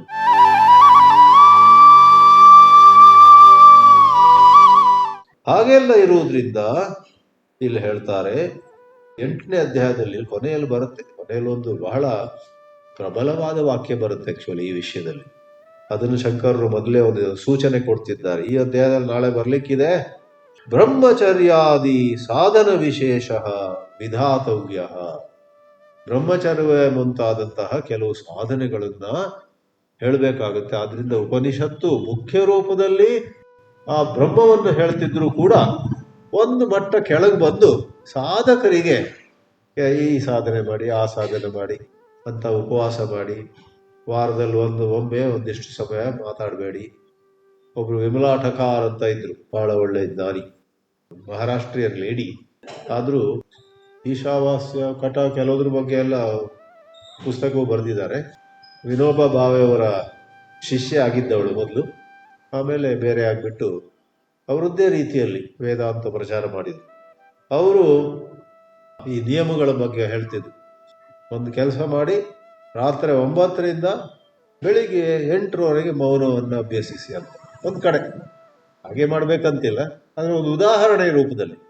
ಯಾಕಂದರೆ ನಮ್ಮಲ್ಲಿ ನಮ್ಮ ವಾಚಾಳಿತನ ಎಷ್ಟಿರುತ್ತಂತ ಹೇಳಿದ್ರೆ, ನಮ್ಮಲ್ಲಿ ಯಾರಿಗಾದರೂ ನೋಡಿಯಪ್ಪ ಇನ್ನು ಮುಂದೆ ರಾತ್ರಿ 11ರಿಂದ ಬೆಳಿಗ್ಗೆ 5 ಮಧ್ಯೆ ಮೊಬೈಲ್ ಮೆಸೇಜ್ ನೋಡಬೇಡಿ ಅಂದರೆ ಅದು ಕಷ್ಟ ಆಗುತ್ತೆ ನಮಗೆ.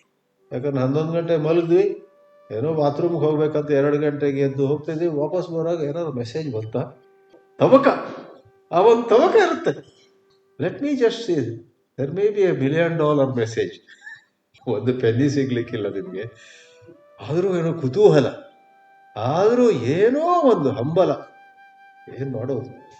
ಆದ್ರಿಂದ ಯಾವ ನಿಯಮವೂ ಕಷ್ಟ.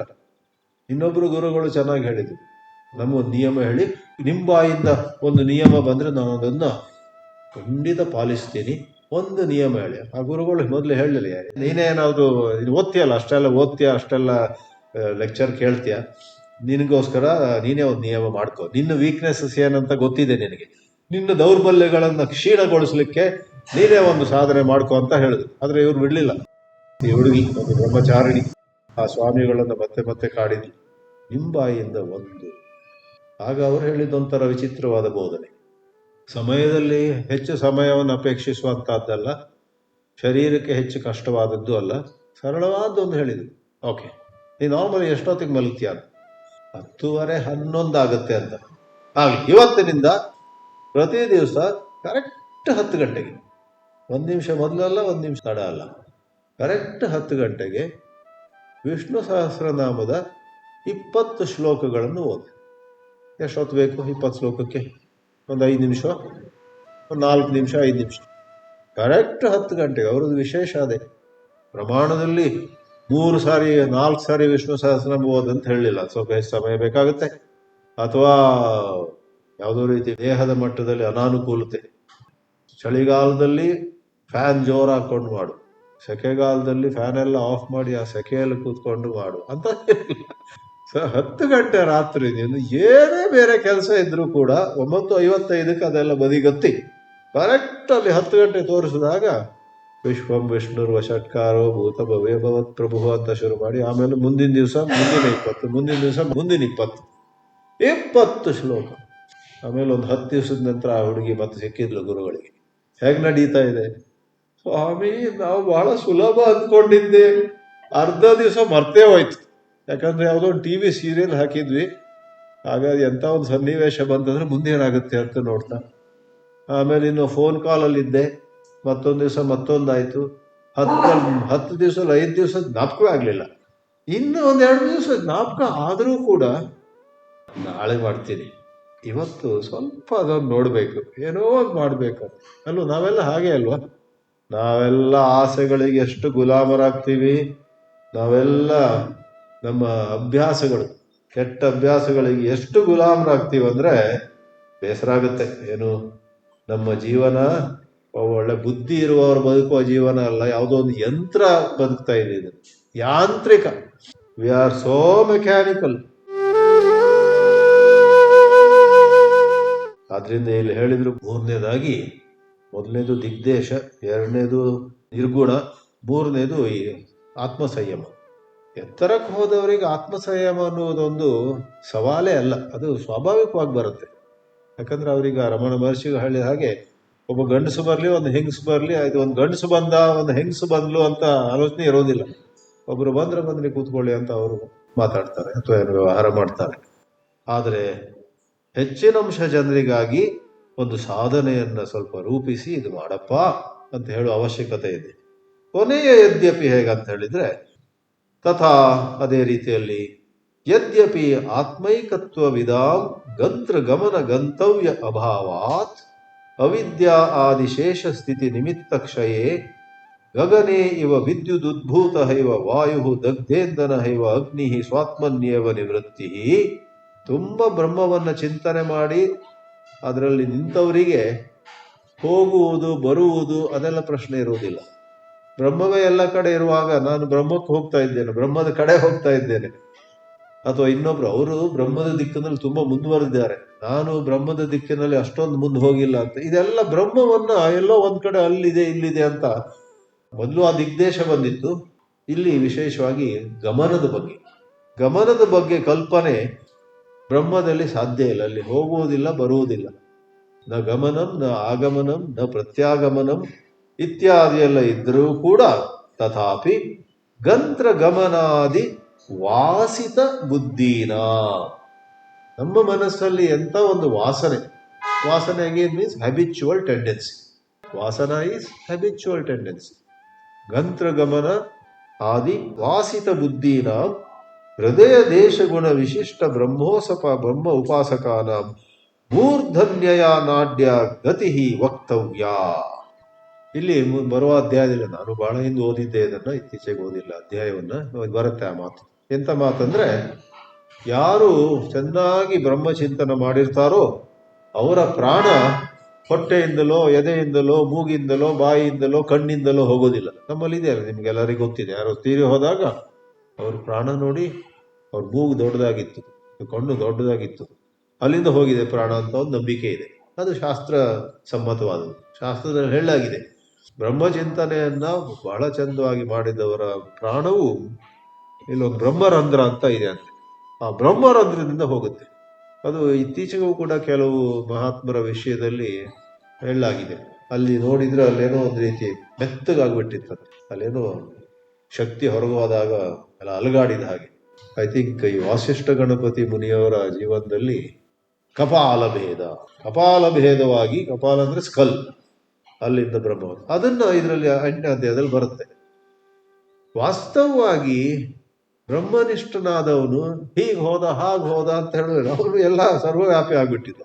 ಅವನು ಜೀವನ್ಮುಕ್ತನಿಗೆ ಗಮನವೂ ಇಲ್ಲ ಆಗಮನವೂ ಇಲ್ಲ. ಆದ್ರೆ ಆ ಮಾತು ಯಾಕೆ ಬರುತ್ತೆ ಇಲ್ಲಿ? ಈ 4 ಕೂಡ ಸಾಮಾನ್ಯ ದೃಷ್ಟಿಯಿಂದ ಹೇಳಿರು. ಇವಾಗ ಎತ್ತರಕ್ಕೆ ಹೋದವರಿಗೆ ಇದ್ಯಾವುದೂ ಇಲ್ಲ. ಇಷ್ಟೊಂದು ಮಾತು ಬಂದ ನಂತರ ಇವತ್ತಿನ ವಿಷಯದ ಬಗ್ಗೆ, ಯಾಕಂದ್ರೆ ಬರೇ ಜ್ಞಾನದ ಬಗ್ಗೆ ಹೇಳ್ತಾ ಹೋದೆ ನಾನು, ಇವತ್ತಿನ ವಿಷಯ ಸನ್ಮಾರ್ಗ ಮತ್ತು ಚಿನ್ಮಾರ್ಗ ಅಂತ 2 ಇದೆ. ಚಿನ್ಮಾರ್ಗ ಜ್ಞಾನ. ಈಗ ಸ್ವಲ್ಪ ಜ್ಞಾನದ ಬಗ್ಗೆ ವಿಷಯ ಆಯ್ತು, ಬಂದು ಚರ್ಚೆ ಆಯ್ತು. ಶಂಕರಾಚಾರ್ಯರು ಈ ಪ್ರಸ್ತಾವನೆಯನ್ನ ಮುಗಿಸುವ ಮೊದಲು ಒಂದು ಮಾತು ಹೇಳ್ತಾರೆ. ಪರಮಾರ್ಥ ಸದದ್ವಯಂ ಬ್ರಹ್ಮ ಮಂದ ಬುದ್ಧಿನ ಅಸದ್ದಿವ ಪ್ರತಿಭಾತಿ. ಬ್ರಹ್ಮವನ್ನ ಅದು ಹೇಗಿದೆಯೋ ಹಾಗೆಯೇ ಹೇಳಲಿಕ್ಕೆ ಹೋದ್ರೆ ಮಂದ ಬುದ್ಧಿಗಳಿಗೆ ಅದು ಸತ್ ಅಂದ್ರೆ ಇರುವಂತಹದ್ದು, ಸತ್ ಆದ್ರೂ ಕೂಡ ಅಸತ್ ಅನ್ನೋದಾಗಿ ಅವ್ರಿಗೆ ಅನ್ಸುತ್ತೆ. ಇಂಥದ್ದೆಲ್ಲರೂ ಇದೆಯಾ? ಇದು ಸಾಧ್ಯವ? ದೇಶ ಕಾಲವನ್ನು ಮೀರಿರುವಂತಹದ್ದು, ಗಮನ ಆಗಮನವನ್ನು ಮೀರಿರುವಂತಹದ್ದು ಹೃದಯದಲ್ಲಿದೆ ಅಂತ ಹೇಳಿಕ್ ಆಗೋದಿಲ್ಲಂತೆ, ಎಲ್ಲ ಕಡೆ ಇದೆಯಂತೆ. ಆಮೇಲೆ ಅದರಲ್ಲಿ ಕಾಮನೆ ಬರೋದೇ ಇಲ್ವಂತೆ. ಎಲ್ಲಾದ್ರೂ ಅದೇ ಸಾಧ್ಯ ಇಲ್ಲಪ್ಪ, ಜೀವನ ಅಂದ್ಮೇಲೆ ಒಂದಿಷ್ಟು ಕಾಮನೆ ಇದೆ ಇತ್ಯಾದಿಯಾಗಿ ವಾದ ಬಂದೇ ಬರುತ್ತೆ ನಮ್ಮಲ್ಲಿ. ಆದ್ರಿಂದ ಶಂಕರಾಚಾರ್ಯ ಹೇಳ್ತಾರೆ, ಪರಮಾರ್ಥ ಸತ್ ಅಂದ್ರೆ ಸತ್ಯ, ಅಸತ್ಯವ ಪ್ರತಿಭಾತಿ. ಹಾಗಾದ್ರೆ ಅವ್ರು ಏನ್ ಮಾಡ್ಬೇಕಂತ ಪ್ರಶ್ನೆ ಬರುತ್ತೆ. ಅಲ್ಲಿ ಈಗ ಸನ್ಮಾರ್ಗದ ವಿಷಯ ಶಂಕರಾಚಾರ್ಯರು ಹಾಗೆ ಹೇಳಿ ಸುಮ್ಮನೆ ಮುಂದೆ ಹೋಗೋದಿಲ್ಲ. ಉಪಾಸನೆ ಮಾಡ್ಬೇಕಂತ ಹೇಳಿದೆ, ಅದ ಅಷ್ಟಕ್ಕೆ ಬಿಡೋದಿಲ್ಲ. ಹೇಳ್ತಾರೆ, ನಿಮಗೆ ನಮಗೆ ಯಾರಿಗಾದ್ರೂ ಅಬ್ಬಬ್ಬಾ ಈ ಒಂದು ವೇದಾಂತದಲ್ಲಿ ಎಂಥ ಸೂಕ್ಷ್ಮವಾದ ವಿಷಯಗಳೆಲ್ಲ ಇವೆ, ನನಗೆ ಅದರಲ್ಲಿ ಹಿಡಿತವೇ ಸಿಗ್ತಾ ಇಲ್ಲ. ನನ್ನ ಮನಸ್ಸು ತುಂಬಾ ಪ್ರಾಪಂಚಿಕ ವಿಷಯಗಳ ಕಡೆ ಹೋಗುತ್ತೆ. ಏನ್ ಮಾಡ್ಲಿ ನನಗೇನಾದ್ರೂ ಒಂದು ಉಪಾಯ ಇದೆಯಾ? ನನಗೂ ಒಂದು ದಾರಿ ಇದೆಯಾ? ಕೆಲವೊಮ್ಮೆ ನಾವು ಬಹಳ ಬೇಸರ ಪಡ್ತೀವಿ. We become hopeless, we lose hope ಅಲ್ವಾ? ನಿರಾಶರಾಗ್ತೀವಿ. ಇಂಗ್ಲಿಷಲ್ಲಿ ಇನ್ನೊಂದು ವರ್ಡ್ ಏನು, desperate. We fall into unbearable despair. ಇಷ್ಟೇನಾ ಹಾಗಾದ್ರೆ? ನನ್ನ ಬದುಕು ಹಾಳಾಗೋಯ್ತಾ? ನನ್ನ ಜೀವನ ವ್ಯರ್ಥವಾಯ್ತಾ? ಒಮ್ಮೆ ನಾವು ಬೊಂಬಾಯಿ ಆಶ್ರಮದಲ್ಲಿದ್ದಾಗ ಒಬ್ಬ ಹುಡುಗ ಸೇರಿದ್ದ. ಅವನು ವೇದಾಂತ ಓದ್ಲಿಕ್ಕಂತ ಬಂದಿದ್ದ ನಮ್ಮ ಶಿಷ್ಯರಾಗಿ. ಆಗಲೂ ತಂದೆ ತಾಯಿ ಬಂದು ಹತ್ಬಿಟ್ಟಿದ್ರು. ಸ್ವಾಮಿ ಬುದ್ಧಿ ಹೇಳಿ ಇವನು ಬೇಡ, ಇದೆಲ್ಲ ಬೇಡ, ನಮ್ಮ ಜೊತೆ ಅವ್ನು ಕರ್ಕೊಂಡು ಹೋಗ್ತೀವಿ ವಾಪಸ್ಸು.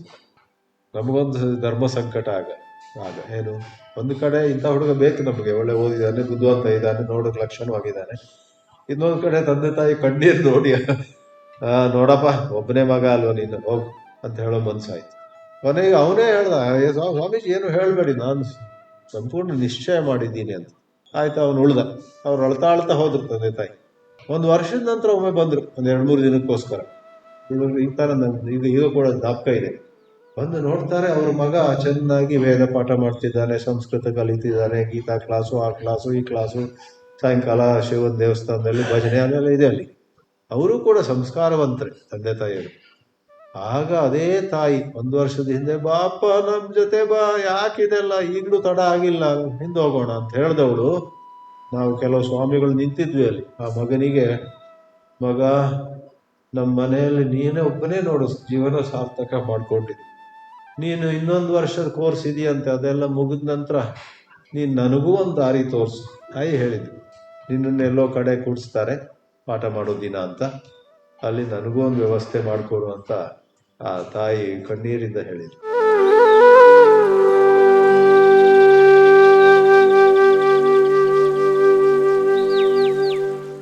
ಈಗ ಪ್ರಶ್ನೆ ನಮ್ಮಲ್ಲಿ ಇನ್ನೊಮ್ಮೆ ನಾನು ಹೇಳ್ತೀನಿ, ತುಂಬಾ ಓದಿದವರಿಗೂ ಕೆಲವೊಮ್ಮೆ ಆಗೋದಿದೆ, ಏನೋ ನನಗೆ ಈ ಅಧ್ಯಾತ್ಮದಲ್ಲಿ ಹಿಡಿತವೇ ಬರ್ತಾ ಇಲ್ಲ, ಕಾಮಿನಿ, ಕಾಂಚನ, ಕೀರ್ತಿ, ಮತ್ತೊಂದು ಇನ್ನೊಂದು ಎಲ್ಲ ಕಾಡ್ತಾ ಇವೆ, ಅಯ್ಯೋ ರಾಮ, ನಾನು 1 ಇಂಚು ಕೂಡ ಹೆಚ್ಚು ಮುಂದೆ ಹೋದಾಗ ಅನಿಸುವುದಿಲ್ಲ ಅನ್ನೋದಾಗೆಲ್ಲ ಅನಿಸ್ತದೆ. ಆವಾಗ ಅಂತ ಒಂದು ಸಂದರ್ಭದಲ್ಲಿ ಒಂದು ಪ್ರಶ್ನೆ ಬಂದ್ರೆ ಏನು ಮಾಡ್ಬೇಕು ನಾವು ಅಂದ್ರೆ, ಅದಕ್ಕೆ ಈ ಸನ್ಮಾರ್ಗ ಶಬ್ದವನ್ನು ಇಲ್ಲಿ ಉಪಯೋಗಿಸ್ತಾರೆ. ಪುಟ್ಟ ವಾಕ್ಯ, ಸನ್ಮಾರ್ಗಸ್ಥಾಹ ತಾವದ್ ಭವಂತು. ಸನ್ಮಾರ್ಗಸ್ಥಾಹ ತಾವದ್ ಭವಂತು. ಎಲ್ಲಿವರೆಗೆ ವಿವೇಕ ವೈರಾಗ್ಯಗಳು ಚೆನ್ನಾಗಿ ಬೆಳೆಯುವುದಿಲ್ವೋ, ಎಲ್ಲಿವರೆಗೆ ನಮ್ಮ ಬುದ್ಧಿಗೆ ಬ್ರಹ್ಮವಿದ್ಯೆಗೆ ಬೇಕಾದಂತಹ ಸೂಕ್ಷ್ಮತೆ ಬರುವುದಿಲ್ವೋ, ಅಲ್ಲಿವರೆಗೆ ಬಹಳ ಜಾಗ್ರತೆಯಿಂದ ಸನ್ಮಾರ್ಗಸ್ಥಾಹ ಭವಂತು. ಅಂದ್ರೆ ಸನ್ಮಾರ್ಗದಲ್ಲಿ ಸ್ಥ ಅಂದ್ರೆ ಇರುವವರು, ಸನ್ಮಾರ್ಗೇ ತಿಷ್ಠಂತಿ ಇತಿ ಸನ್ಮಾರ್ಗಸ್ಥ. ಸನ್ಮಾರ್ಗದಲ್ಲಿರುವವರಾಗಿ ಇರಲಿ. ತಾವತ್ತಂದ್ರೆ ಅಲ್ಲಿವರೆಗೆ, ಅಥವಾ ಇದೊಂದು ಉಪಾಯ ಇದೆ ಅಂತ ಒಂದು ಭಾವನಾತ್ಮಕವಾದ ಶಬ್ದ. ಸನ್ಮಾರ್ಗಸ್ಥಾವದ್ ಭವಂತು. ತತಃ ಶನೈಹಿ, ಶನೈಹಿ ಸಂಸ್ಕೃತದಲ್ಲಿ ನಿಧಾನವಾಗಿ. ನಾವು ಕನ್ನಡದಲ್ಲಿ ಸ್ಲೋಲಿ ಅನ್ನೋದಕ್ಕೆ ನಿಧಾನವಾಗಿ ಅಂತೀವಿ, ಅದು ಕನ್ನಡದಲ್ಲಿ ಮಾತ್ರ ಅದಕ್ಕೆ ಅರ್ಥ. ನೀವು ಯಾರಿಗಾದ್ರು ಸಂಸ್ಕೃತದಲ್ಲಿ ಮಾತಾಡೋ ಪ್ರಯತ್ನ ಮಾಡಿ, ನಿಧಾನಂ ಗಚ್ಚತು ಭವಾನ್ ಅಂತ ಹೇಳಿದ್ರೆ ಸರಿಯಲ್ಲ. ನಾನು ಸಂಸ್ಕೃತದಲ್ಲಿ ನಿಧಾನ ಶಬ್ದಕ್ಕೆ ಮೆತ್ತಗೆ ಸ್ಲೋಲಿ ಅಂತ ಅರ್ಥ ಇಲ್ಲ. ಸಂಸ್ಕೃತದಲ್ಲಿ ಇರುವ ಶಬ್ದ ಶನೈ. ಆ ಶನಿಗ್ರಹ, ನನಗೆ ಜ್ಯೋತಿಷ ಬರೋದಿಲ್ಲ, ಬಟ್ ಶನಿಗ್ರಹ ಎಷ್ಟು 7 ವರ್ಷ ಬೇಕಂತೆ ಒಂದು ಮನೆಯಿಂದ ಇನ್ನೊಂದು ಮನೆಯವರು, ಬಹಳ ನಿಧಾನ. ಅವನಿಗೆ ಶನೈಶ್ಚರ ಅಂತ ಕರೀತಾರೆ. ಸೊ ಶನೈ ಅಂದ್ರೆ real word, right word for slowly in Sanskrit is ಶನೈ, ನಾಟ್ ನಿಧಾನ. ಸನ್ಮಾರ್ಗಸ್ಥಾಹ ತಾವದ್ ಭವಂತು. ಯಾರಿಗೆ ಕೆಲವೊಮ್ಮೆ ಆ ಪ್ರಕಾರವಾಗಿ ಒಳಗಿಂದ ಸಂಕಟವಾಗುತ್ತೋ, ನಾನು ಯಾವಾಗ ಒಂದು ಎತ್ತರಕ್ಕೆ ಹೋಗೋದು, ಇನ್ನೂ ನನಗೆ 6ನೇ ಕ್ಲಾಸ್ 7ನೇ ಕ್ಲಾಸಲ್ಲಿ ಇದ್ದಾಗ ಮಜ್ಜಿಗೆ ಹುಳಿ ತುಂಬ ಇಷ್ಟ ಇತ್ತು, ಈಗಲೂ ಕೂಡ ಮಜ್ಜಿಗೆ ಹುಳಿ ಸಿಗುತ್ತಂದ್ರೆ ಆ ದಿವಸಕ್ಕೆ ಅದು ವೇದಾಂತ ಕ್ಲಾಸಿಗೆ ಹೋಗದೆ ಅದನ್ನ ಮೊದಲು ಮುಗಿಸ್ತೀನಿ, ಆತುರ ಇದೆ. ಯಾವುದೋ ಒಂದು ಕೆಲವೊಮ್ಮೆ ನಿಮಗೆ ನಮಗೆ ನನಗಂತೂ ಆಗುತ್ತಪ್ಪ.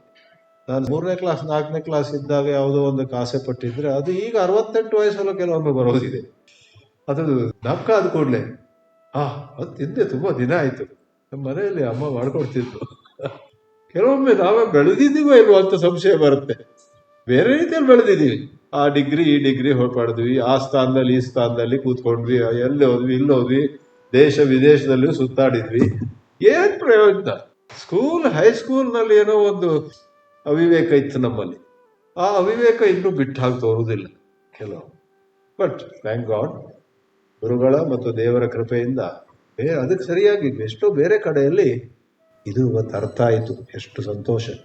ಏನೋ ಒಂದು ಅರ್ಥ ಆಗುತ್ತೆ, ಅಥವಾ ಯಾವುದೋ ಭಜನೆಯಲ್ಲಿ ನಮ್ಮ ಕಣ್ಣೀರು ಬರುತ್ತೆ, ಯಾವುದೋ ಸಂತರನ್ನು ಭೇಟಿಯಾದಾಗ ನಾವು ಭಾವುಕರಾಗ್ತೀವಿ. ಎಷ್ಟೋ ವಿಷಯಗಳಲ್ಲಿ ನಮಗೆ ನಮ್ಮ ಒಳ್ಳೆಯತನವೂ ಕೂಡ ಗೋಚರವಾಗುತ್ತೆ. ನಾವು ಬೆಳೆದಿಲ್ಲ ಅಂತ ಕೆಲವು ಸಾರಿ ಅನಿಸುವುದುಂಟು, ಆದ್ರೆ ಇನ್ನೆಷ್ಟೋ ಸಾರಿ ಇಲ್ಲಪ್ಪ ಇಷ್ಟು ಬಂದಿದ್ದೆ ಹೆಚ್ಚು, ಇಷ್ಟರವರೆಗೆ ಆಯ್ತಲ್ಲ, ಇಷ್ಟು ಬಂತಲ್ಲ, ಎಲ್ಲಿದ್ದೆ ನಾನು, ಹೇಗೆ ಬದುಕ್ತಾ ಇದ್ದೆ. ನನಗೆ ಕೆಲವೊಮ್ಮೆ ನಮ್ಮ ಮಿತ್ರರು ಇದ್ದಾರೆ ದಾವಣಗೆರೆಯಲ್ಲಿ, ಒಟ್ಟು ಕ್ಲಾಸಲ್ಲಿ ಇದ್ದವರು. ಆ ದಾವಣಗೆರೆಯಲ್ಲಿ 5 ವರ್ಷ ನಾನು ಸಾಕಷ್ಟು ಹಾಳಾಗಿ ಹೋಗಿದ್ದೆ ನಿಜವಾಗಿ. ಹಾಸ್ಟೆಲ್ ವಾಸದಲ್ಲಿ ನೋಡಿ ಯಾರು ಕೇಳೋರಿಲ್ಲ, ಹೇಳೋರು ಕೇಳೋರು ಇರೋದಿಲ್ಲ. ಮನೆಯಲ್ಲಿದ್ದರೆ ತಂದೆ ತಾಯಿಗಳು ಬೆಳಿಗ್ಗೆ ಸಂಧ್ಯಾವಂದನ ಮಾಡ್ತಿದ್ದು ತಿಂಡಿ ಕೊಡ್ತಿರ್ಲಿಲ್ಲ, ಅಥವಾ ಕೇಳ್ತಿದ್ರು ಅಮ್ಮ ಎಲ್ಲ. ಇಂಜಿನಿಯರಿಂಗ್ ಮಾಡೋಕ್ಕಂತ ಎಲ್ಲ ಹೋಗ್ತೀವಿ, ಹಾಸ್ಟೆಲಲ್ಲಿ ಇರ್ತೀವಿ. ಅಲ್ಲಿ ಎಂಜಿನಿಯರಿಂಗ್ ಪಾಠ ಮಾಡುವವರು ಬೆಳಿಗ್ಗೆ 8 ಗಂಟೆಗೆಲ್ಲ ಕ್ಲಾಸ್ ಇದ್ದದ್ದು. 8 ಗಂಟೆಗೆ ಫಸ್ಟ್ ಬಂದು ಲೆಕ್ಚರರು ಯಾರೋ, ಎಲ್ಲರೂ ಸ್ನಾನ ಮಾಡ್ಕೊಂಡು ಬಂದಿದ್ದೀರೋ ಅಂತ ಕೇಳ್ತಾರಾ? ಸ್ನಾನ ಮಾಡ್ಬೇಕಂತಿಲ್ಲ, ಏನೂ ಇಲ್ಲ, ಎಲ್ಲ ಹೋಯ್ತು. ನಮ್ಮ ಮನೆಯಲ್ಲಿ ಕೊಟ್ಟ ಆಚಾರ ಎಲ್ಲ ಗಾಳಿಗೆ ಹೋಗಿತ್ತು ಒಂದು ಸ್ವಲ್ಪ ಕಾಲ. ನೋಡಿ, ಕೆಲವೊಮ್ಮೆ ಆ ಥರ ಹಾಳಾಗೋಗುತ್ತೆ. ಆದರೆ ಇನ್ನು ಕೆಲವೊಮ್ಮೆ ಆ ಥರ ಇದ್ದವರು ಆಮೇಲೆ ವೇದಾಂತ ಓದಿ ಎಷ್ಟೋ ದೂರ ಬಂದಿದ್ದೀವಿ ಅಂದಾಗ ಕೆಲವೊಮ್ಮೆ ಸಮಾಧಾನವೂ ಇದೆ. ಮನುಷ್ಯನ ಮನಸ್ಸು ಹಾಗೆ, ಕೆಲವೊಮ್ಮೆ ಏನೋ ಜ್ಞಾಪಕವಾಗಿ ತುಂಬ ಅಸಮಾಧಾನ ಆಗುತ್ತೆ. ಇನ್ನು ಕೆಲವೊಮ್ಮೆ ಇನ್ನೇನನ್ನು ಗುರುತಿಸ್ಕೊಂಡು ಪರವಾಗಿಲ್ಲ, ಐ ಆಮ್ ಕಂಟೆಂಟ್, ಈ ಲೈಫಲ್ಲಿ ಇಷ್ಟುವರೆಗೆ ಬಂದೆ, ದೇವರೇ ನೀವು ನಮ್ಮನ್ನು ರಕ್ಷಿಸಿದ್ರಿ, ಇನ್ನು ಮುಂದೆ ಕೈ ಹಿಡಿದು ಮತ್ತು ಮುಂದೆ ಕರ್ಕೊಂಡು ಹೋಗ್ಬೇಕು, ಇಷ್ಟ ಆದದ್ದೇ ದೊಡ್ಡ ವಿಷಯ ಅಂತ ಅನ್ಸೋದಿಲ್ವೇ? ಈ ವಾಕ್ಯ ಸನ್ಮಾರ್ಗಸ್ತಾವದ್ ಭವಂತು ತತಃ ಶನೈಹಿ ಪರಮಾತ್ಮ ಸದಪಿ ಗ್ರಾಹಯಿಷ್ಯಾಮಿ ಇತಿ ಮನ್ಯತೆ ಶ್ರುತಿ. ಶ್ರುತಿ ಅಂದ್ರೆ ವೇದ, ವೇದ ಅಂದ್ರೆ ವೇದಾಂತ ಉಪನಿಷತ್. ಈ ಉಪನಿಷತ್ತು ಇವರಿಗೆ ಮಧ್ಯದಲ್ಲಿ ಮೊದಲು ಸನ್ಮಾರ್ಗವನ್ನು ಬೋಧಿಸೋಣ. ಸನ್ಮಾರ್ಗ ಅಂದ್ರೆ ಒಳ್ಳೆಯ ರೀತಿ ಬದುಕು, ಒಳ್ಳೆಯ ಬದುಕು, ಎಲ್ಲಿ ಅನರ್ಥ ಅಥವಾ ತಪ್ಪು ಮಾಡೋದು, ಸುಮ್ಮನೆ ಯಾರಿಗೂ ಹಿಂಸೆ ಮಾಡೋದು, ಅಥವಾ ನಮ್ಮನ್ನೇ ನಾವು ಹಾಳು ಮಾಡ್ಕೊಳ್ಳೋದು, ಅತಿಯಾಗಿ ತಿನ್ನೋದು, ಕುಡಿಯೋದು, ಸುಮ್ಮನೆ ದುರ್ಮಾರ್ಗ ಗೊತ್ತಲ್ಲ. ಇವತ್ತಿನ ವಿಷಯ ಹೀಗೂ ಕೊಡ್ಬೋದಿತ್ತು. ದುರ್ಮಾರ್ಗ, ಸನ್ಮಾರ್ಗ, ಆಮೇಲೆ ಚಿನ್ಮಾರ್ಗ. ಚಿನ್ಮಾರ್ಗ ಅಂದ್ರೆ ತತ್ವಚಿಂತನೆ. ತತ್ವಚಿಂತನೆಗೆ ನಮಗೆ ಯೋಗ್ಯತೆ ಇಲ್ಲದಿದ್ರೆ ನಮ್ಮ ದಿನದಿನದ ಜೀವನದಲ್ಲಿ ಆದಷ್ಟು ಮಟ್ಟಿಗೆ ಕೆಟ್ಟದ್ದನ್ನು ಬಿಡಬೇಕು. ಬೇರೆಯವ್ರಿಗೆ ಕೆಟ್ಟದಾಗ್ಲಿ ಅಥವಾ ನಮಗೆ ಸ್ವತಃ ಕೆಟ್ಟದಾಗುವಂಥದ್ದು ಎಷ್ಟು ಆಗುತ್ತೆ ಅದನ್ನು ಗುರುತಿಸ್ಕೊಂಡು ಬಿಡಬೇಕಂತ ಒಂದು ಬೋಧನೆ ಇದೆ. ಹರಿ ಓಂ ಶ್ರೀ ಗುರುಭ್ಯೋ ನಮಃ.